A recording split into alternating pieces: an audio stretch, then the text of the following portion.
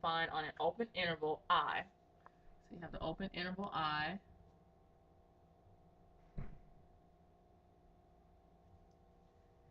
Let P, A, B be a point not on the graph of F.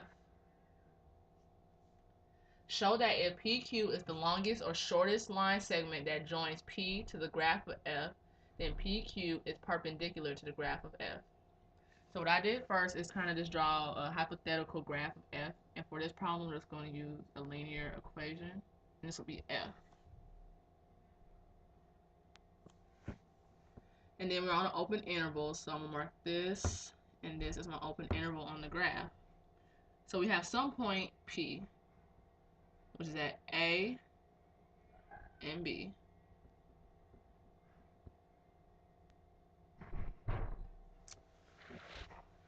Now there's some line segment that's going to connect this P to Q with a perpendicular slope. And remember that the point P is not on the graph of F. Now we have to show that this line from P to Q is the shortest or longest line segment that's going to join it to the graph of PQ, and that it's perpendicular. So you have this graph of F. So let's say that this point right here is C and this is D. The slope of that line would be F of D minus F of A over D minus A. I'm sorry, not A, C, which is the slope for F. Now in order for this line of P to be perpendicular, its slope would have to be the inverse reciprocal of this slope. So the slope for P would be equal to, let's say,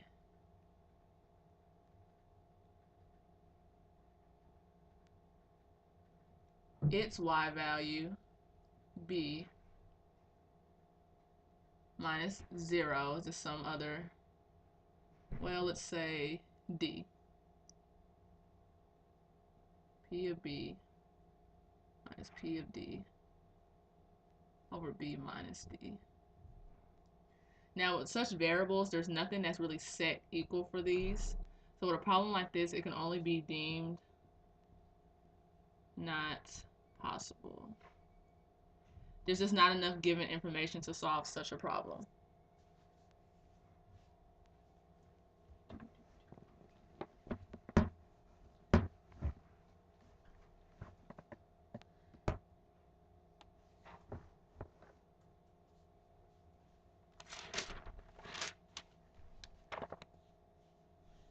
And the next problem, 4.813, is dealing with drawing a curve for a function just using the given information. So we have f of x equal to 2 square root of x minus x on this interval, 0 to 4. So let's go ahead and sketch a graph.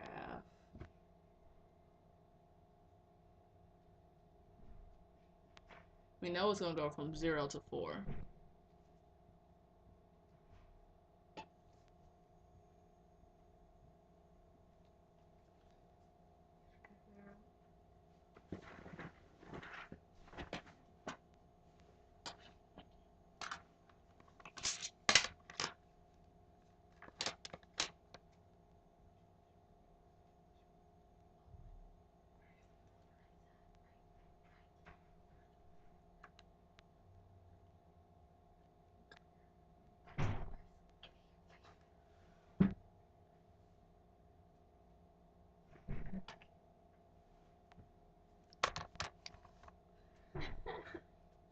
So first we're going to do the first derivative of this equation. So I'm going to go ahead and simplify this first, which will go to 2 times x to the 1/2 minus x. Then the first derivative would be f of x is equal to x. Subtract the 1 from that. To the negative 1/2 power minus 1. So let's go ahead and reduce this.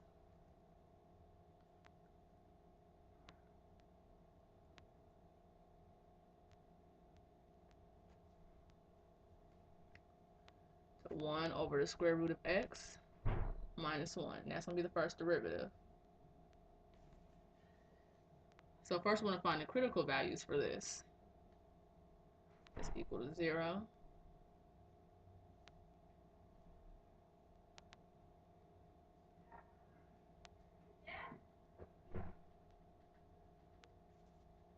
It's going to be equal to plus or minus 1.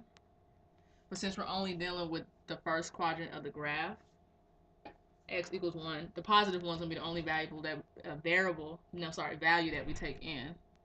So let's draw this interval line for the first derivative. 0, our critical point, 1, and then 4.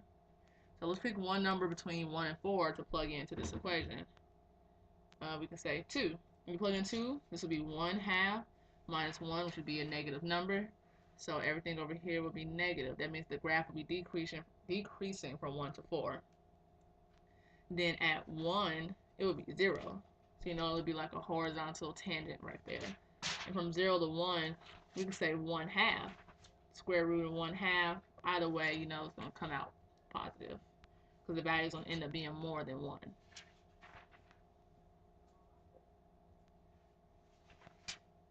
So let's keep this in mind.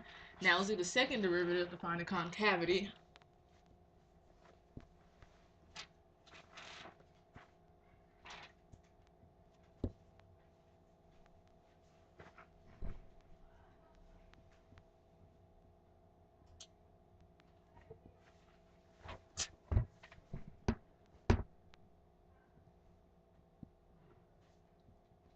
Subtract 1. That's going to be 0. So this is just second derivative. So again, we're going to solve for its zeros. Negative 1 over 2 times the square root of x cubed. To find that 0, it would be 0. So this interval line for the second derivative would only go from 0 to 4. So we can pick any number to plug in there. So let's say like 2. So 2 times square root of 8. Either way, the entire problem is going to be negative. So you know that the graph will be concave down from 0 to 4. So we try to sketch this graph. We got to remember that it's increasing all the way up to 0. I'm sorry, all the way up to 1, and then decreasing all the way to 4, but it's in a concave down graph. I stop there, horizontal tangent, and go down all the way to 4.